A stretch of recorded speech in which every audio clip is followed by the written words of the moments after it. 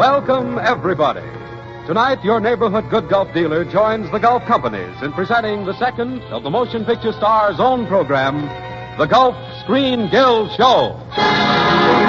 With Loretta Young, Fred Astaire, Herbert Marshall, Franklin Pangborn, Gino Corrado, Oscar Bradley, and Hollywood's favorite master of ceremonies, George Murphy.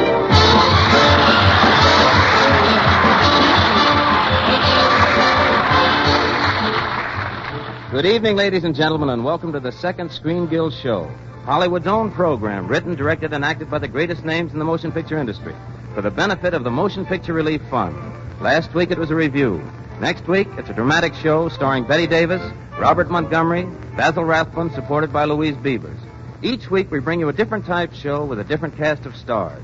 Tonight it's a musical comedy, Miss Brown of Worcester, directed by Ernst Lubitsch and written by Dwight Taylor and Arthur Sheikman, under the musical direction of Oscar Bradley. Ready, Oscar? Lights. Music. Curtain.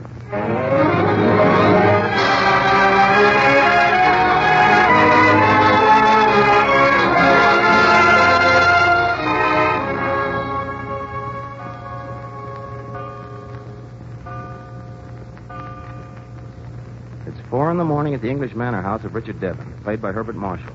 The radio in the darkened drawing room is turned on. In front of it, we find Alice Brown, his fiancée, played by Loretta Young. The program she is listening to is a transatlantic broadcast in the famous Sky Room of New York's Hotel Astoria. Jerry Gale, known as the Rhythm Romeo and acted by Fred Astaire, is just beginning his midnight broadcast. It is my lady. Oh, it is my love. Jerry. Alice. Is that you down there? Yes, Dick. Well, what on earth? Well, you know what time... Oh, darling, are you ill? No, I'm all right. I woke up and heard the radio playing. Oh, You're sure you're all right, Alice? quite sure. I just couldn't sleep, that's all. I don't wonder. Poor girl. That dinner last evening to meet my family must have been a frightful ordeal. No, it wasn't. But they approve of you, darling. Dick, I want to ask you something. Yeah? Here, let me put this shawl around you. This place is a refrigerator.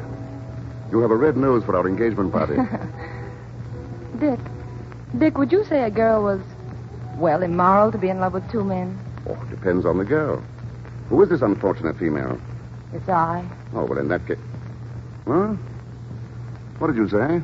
I said I'm the girl, Dick. Oh, now, wait a minute, Alice. Oh, I suppose I should have told you before I left New York. Well, it might have been a little less of a shock. After all, a man doesn't expect his fiancée. Would it be a breach of etiquette to ask the name of my rival? Jerry Gale.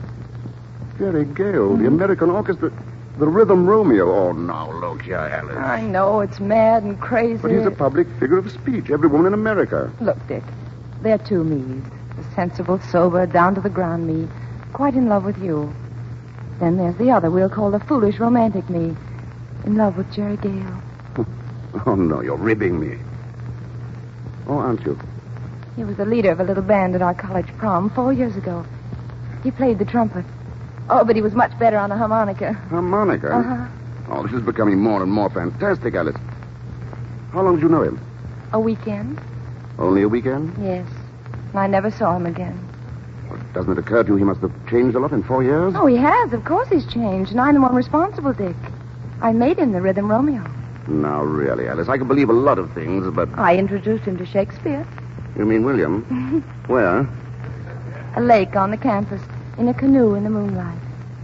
I recited Romeo's speech to Juliet. And now he begins all of his programs with that same speech. Well, his meat was atrocious. He told me to always remember that night. Remember me. Every time I hear him, I know he's looking for me, searching. Oh, I know how perfectly stupid this sounds, but Stupid?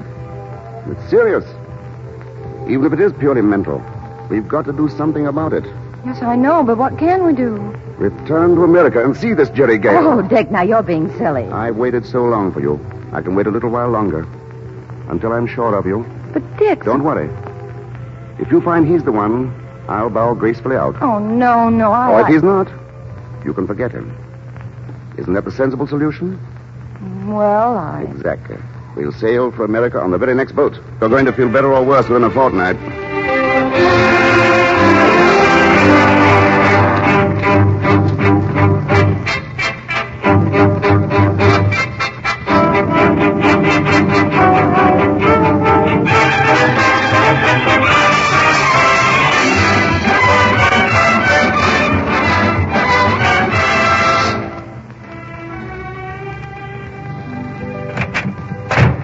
Lester, the band. She has played 3 numbers. Where is Jerry Gale? I am Jerry Gale's manager, not his nursemaid. I'm manager of the Astoria Sky Room. And Jerry Gale comes on time when I make you lots of trouble. 30 musicians, 2 arrangers, 3 trunks of music, a harp, and Jerry Gale to look after. And you think that you can make me trouble? Ha ha! Ha ha! Right back. I go, but I tell you, he roams at 10 o'clock, or he roams.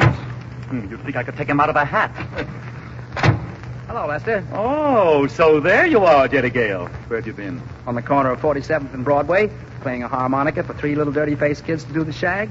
Any objections? If the management ever hears of this, We made 40 cents before we got chased by the cops. Not bad, huh? you'll ruin everything that I built for you. I and Shakespeare raised your salary to $2,000 a week. Look, Lester, you and the Bard have done a lot for me, but honestly, I get so tired of spouting couplets. Maybe you're satisfied with this rhythm Romeo you've created, but I've got to live with him, and I don't like him. Oh, stop that. Stop that. A 30-piece orchestra with a concertmaster who plays a genuine Stradivarius, and you play a mouth organ. Don't do that. Why don't you take up something classical, like the harp?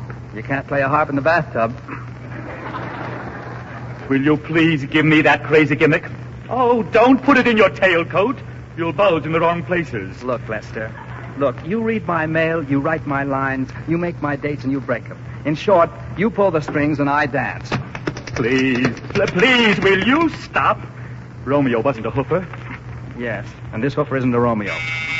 Here, now there's the signal. Now here's your baton. Now don't forget, when you step off the bandstand after your number, you're still Romeo. Greet the girls with, I am too bold, 'tis not to me she speaks. Romeo and Juliet, Act 1, Scene 2. And what do you say when I get cornered with some fair jitterbug? Why, I interrupt and say your sponsor wants to speak to you. All right. I go, and it is done. The bell invites. What? Macbeth, Act 2, Scene 1.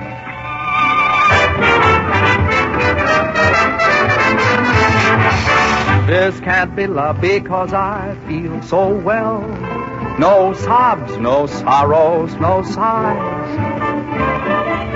This can't be love, I get no dizzy spell.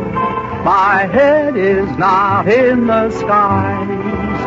My heart does not stand still, just hear it beat.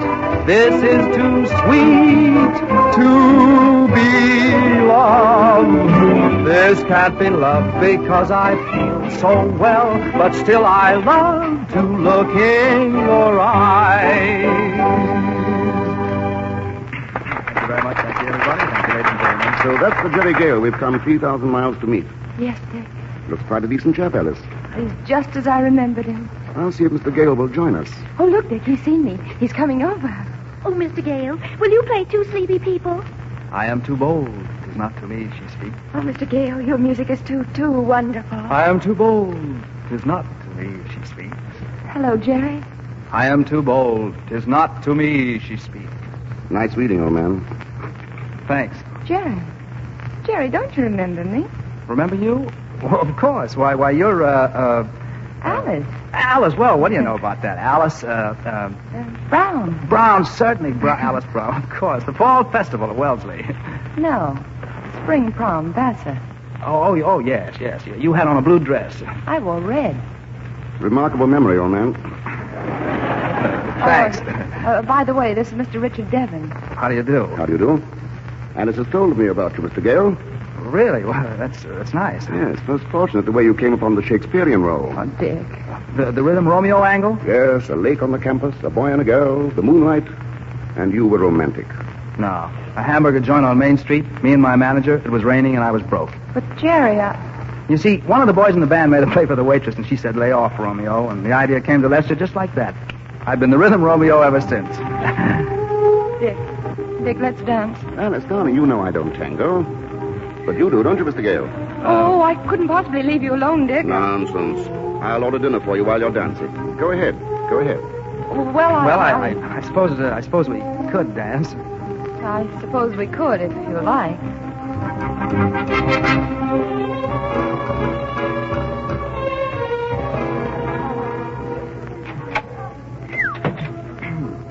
This balcony is a lot better.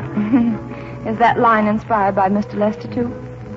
You know, I'm afraid you've got me all wrong, and I don't blame you. No? I got off on the wrong foot, and I can't seem to get back in step again. Well, why bother? Well, because I do remember you. Not your name or the school, maybe, or the color of your dress, but I remember you and everything that happened that weekend. Really? Mm-hmm. You don't believe me? No. All right. Didn't you find my harmonica, and didn't I have to go to the sorority house to claim it? And didn't you make me play it to prove it was mine? Yes. Yes, and then you dated me for the next night. Sure. That was why I stayed over. You called for me in the town's only taxi. It was payday. Yes, but we walked down to the lake. And paid $1 for a red canoe. It was blue. It was swell. Oh, there was a full moon. 2 of them. One upstairs and one down on the lake. Yes. And you sang a funny little song, do you remember? There ought to be a moonlight saving time, so I could love that gal of mine. And you recited... What light from yonder window breaks? It is the east. And Juliet is the sun. That's it. That must have been why I took Lester's suggestion. I was remembering you and the way you read those lines. And when we reached the shore, you said, beautiful. I didn't mean Shakespeare. And you kissed me. Yes. Yes, I... Darling. Darling.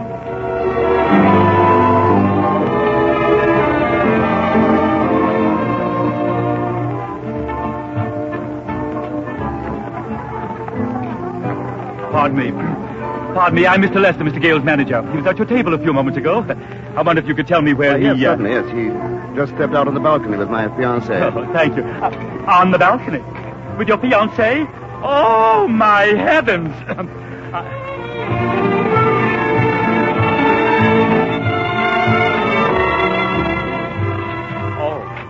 Oh, here you are. I say, here you are. Mr. Gale, your sponsor wants to speak to you. I say your sponsor wants to speak to you. Mr. Gale, your sponsor!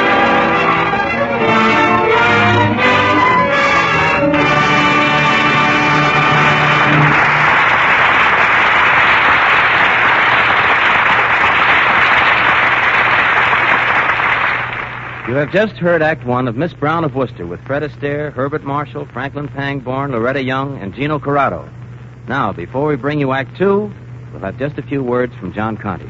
Ladies and gentlemen, in your neighborhood, perhaps just around the corner, you'll find a good Gulf dealer. He is an independent merchant who conducts a business to serve you with your motoring needs. We are proud to say that he handles petroleum products which are uniformly high in quality. Of equal importance is the service which he renders. We are sure you will find him friendly, helpful, and prompt in his attention to your motoring needs, courteous as he serves you.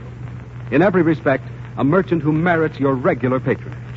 So the next time you need gasoline and motor oil, stop at the sign of the Gulf orange disc and ask the good Gulf dealer to service your car. Thank you.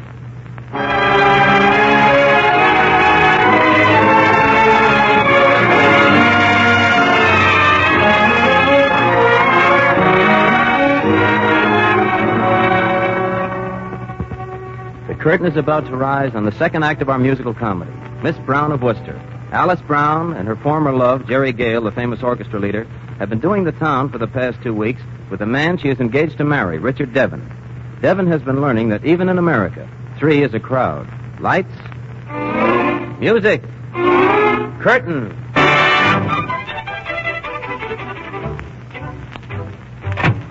Well, where have you been? Out, Lester. Out with whom, may I ask, Mr. Gale? The girl I'm in love with. You're not serious. Why, you can't do this to me. Oh, yes, I can. You can't be in love with one girl. You've got to be in love with all of them. Your sponsor expects it. Now, look. I got along all right when I wasn't the Rhythm Romeo. When I didn't know what a sponsor was. Yes, and I had a darn sight better time. You're comparing hamburgers to caviar. I like hamburgers. What's the name of this siren? Alice Brown. And she's not a siren, Lester. She's in love with me, not the Rhythm Romeo. You are the Rhythm Romeo. Yes, but she isn't in love with him. She's in love with the fellow I was 4 years ago. He was a halfway decent chap. He didn't spout Shakespeare, and he wouldn't steal another fellow's girl. You mean there's another man in love with her? Yeah, a grand fellow, too. Look, Lester, I'm in a spot. What can I do? Well, you certainly can't marry the girl. No, you're right, Lester. I can't marry her. Now you're talking sense. No woman could be happy married to me with the postman dumping 1,000 phony love letters on our breakfast table every morning. Watching me look foolish while fans ask for autographs, grab my hat, tear off my tie for a souvenir. Mrs. Rhythm Romeo. Why, Alice couldn't stand that for a month. That's right. That's right, Mr. Gale. That's perfectly right. I've got to show her that Devon's the man for her now, but I don't know how. Well, you just leave everything to me, Mr. Gale. I'll think of something. A Lester never fails.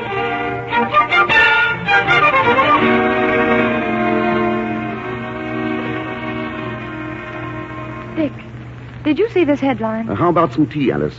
Army mobilizes on Czechoslovakian border. Lemon or milk, darling? Lemon, dear.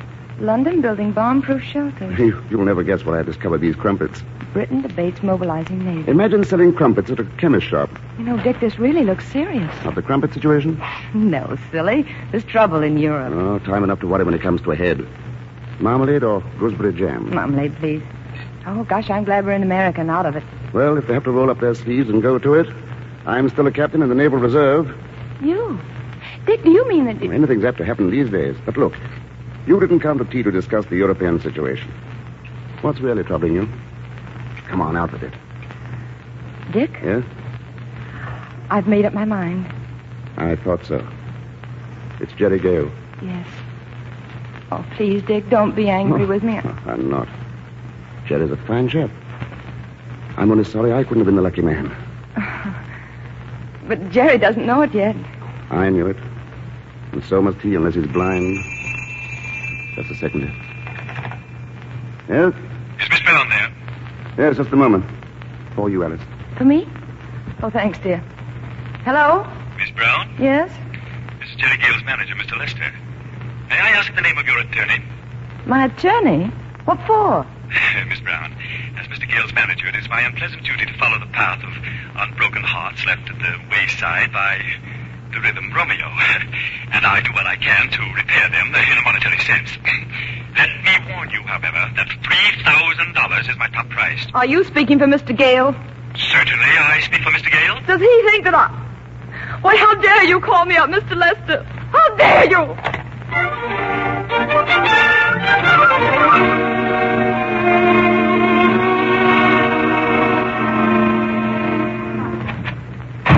Where's Gale? Rehearsing his orchestra. Oh, he'll be through in a moment. Sit down. Have a cigarette? A drink? No, I don't want to drink and I don't want to smoke. I want to see that bounder Gale. Let go my coat. There's no use getting excited. Let me go. Well, Dick. Mr. Bounder, I mean Mr. Gale, oh, for heaven's sake, do something. Dick, what's the trouble? I came for the $3,000. What $3,000? The $3,000. Did you sell me something? Do you pay off by check or does your Mr. Lester keep the cash on hand? Look, Dick, what's it all about? Mr. Gale, I can explain. Explain? Better talk fast, Lester. You better talk fast and well. Well, after our little talk this morning... Oh, so you and Gale did have a talk. Well, sort of a talk. Oh, but Romeo, Jerry, I mean Mr. Gale, he doesn't know my talk. Lester, calm yourself. Who's calm? Nothing's the matter with me. I'm perfectly excited. You told me yourself that you shouldn't marry Miss Brown, so I only pretended to offer a settlement on the phone. I only... A settlement? Why, you wart. You pygmy. You smidge. Oh! I'm beginning to get things straight. Look here, Jerry. Why shouldn't you marry Alice? Oh, because you can give her a sane, decent life, and I can't, Dick. Because I'm a streamlined Shakespearean phony. Alice doesn't think so. After all, she's the one to make the final decision. It won't be hard for her to choose now. There's no explanation I can make she'll ever believe. I wouldn't worry, Jerry. A woman will go any place, do anything, and believe anything when she's in love. You'll see at the Sky Room tonight.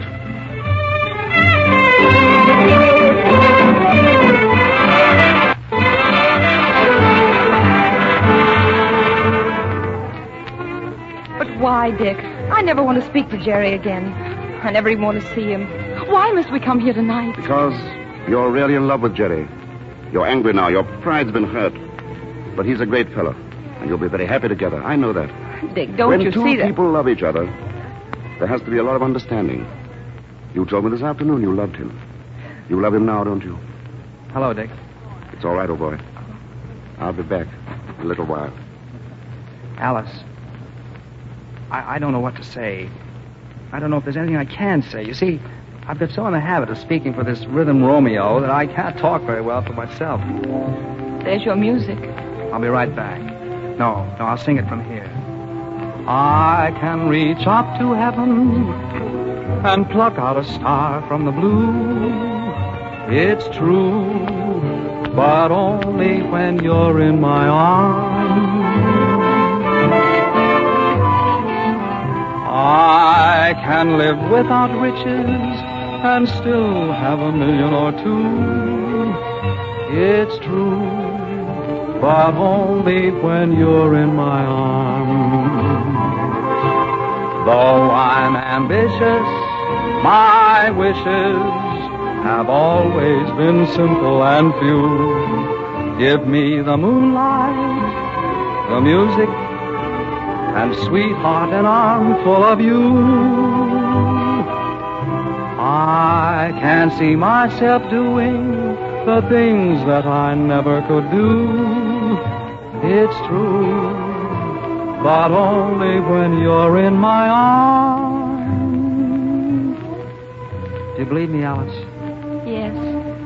Yes, Jerry, I believe you. I guess I never really doubted you. I wonder if that blue canoe's still on that lake where we left it. Oh, we could go and find out. Well, looks as though I'd walked in on cue, just in time to offer my blessing and to say goodbye. Goodbye? It seems that little trouble in Europe we talked about has come to a head. The Admiralty has ordered mobilization of the fleet. I'm sailing on the Queen Mary at midnight. Go sailing? In an hour? Is it war? Lord only knows. Anyway, I'm off. I've just time to drink to your happiness, pack my bags, and make the boat. It's plain water, so I'll make it a plain toast. Here's to Shakespeare, 1938 version. Romeo gets girl. Goodbye, Alice. Luck, Jerry. God bless. Dick! Gee, what a swell fellow. He gets his orders and goes. Sure. No sea and submarines. With a man like that on your side, you can't lose. England can't. But we can, Jerry. We may never see him again. Well, what can we do? Well, I know what we ought to do. So do I. Jerry, I've got to go after him. Bye, Alice. Goodbye. And, Jerry, I think you're swell. I like you, too. Toasting Miss Brown of Worcester.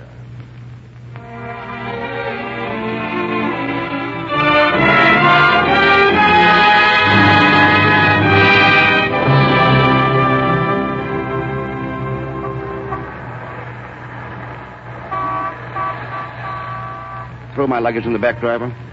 Pier 90, driver. Okay, ma'am. Alice. What are you doing here? Where's Jerry? On the bandstand at the Astoria Hotel, I think. No, but I thought... Oh, you're coming to see me off. Darling, a girl doesn't take bag and baggage to wave goodbye from a pier. You stupid thing, I'm coming with you. You can't. Why not? Well, it's Jerry. He sent me. Oh, forgive me, I don't get this. Darling, don't make me propose to you. You mean... Yes. Alice. Oh, my dear. How about a little radio music with that, sir? Why not? Well, here it is. Driver, do you know this is the first time I've ever been kissed in a taxi at 50th Street and 10th Avenue? Oh, this ain't the first time it's happened in my cab, ma'am. Listen, darling. My heart does not stand still, just hearing me. That's the song he sang to you, our first night in America. Yes. Only now he's singing it to us. See here, Miss Brown. Huh? What about your accommodations on the boat? I got the last stateroom. Oh, no, you didn't, darling. We got the last stateroom. Mr. and Mrs. Devon.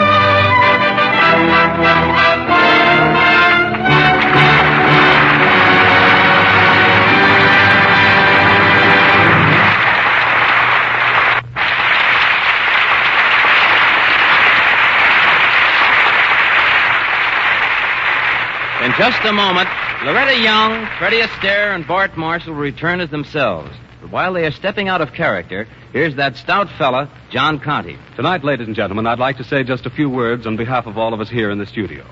As you all know, the amount paid by the Gulf people for talent on this program is being placed in a special fund. A fund to build a home to care for the aged and indigent people from all branches of the film industry. We're all of us proud to be associated with such a worthwhile project and with this new kind of radio entertainment. We hope you'll enjoy it and that you'll tune in every Sunday at this same time for the Gulf Screen Guild Show, brought to you with the best wishes of your neighborhood good Gulf dealers.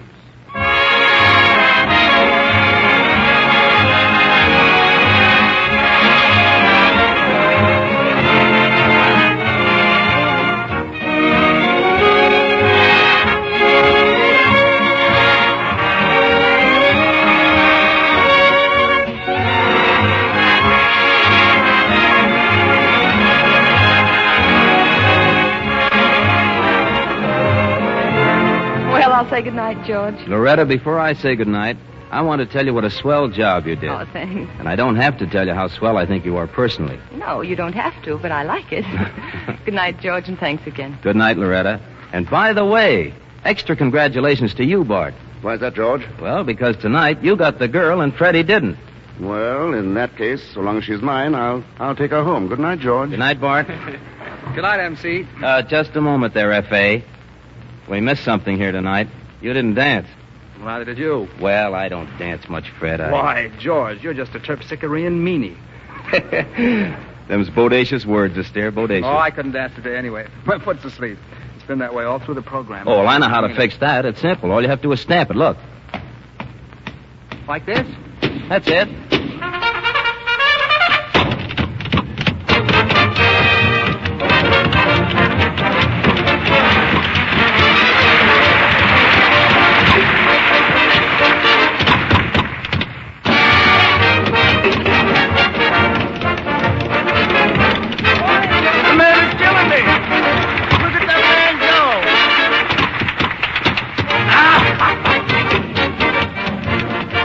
Are the feet awake yet, Fred? So long, Fred. Thanks for coming. Good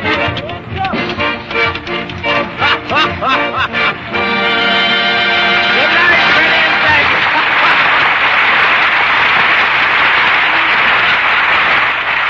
Good night, George. Good night, Freddie. That was a pretty fair gavotte. That was a pretty fair gavotte for two sleepy feet. I'd like to thank Franklin Pangborn and Gino Corrado for being with us tonight for a swell performance. Well, folks, that winds up another Screen Guild show. We hope that you enjoyed it. We'll tune in again next week to hear Betty Davis, Robert Montgomery, Basil Rathbun, and Louise Beavers in an original drama, Can We Forget, directed by Frank Capra and written by Mary McCall. Tonight's Screen Guild show was directed by Ernst Lubitsch, written by Dwight Taylor and Arthur Sheikman. This is George Murphy saying thank you for the motion picture industry, and good night.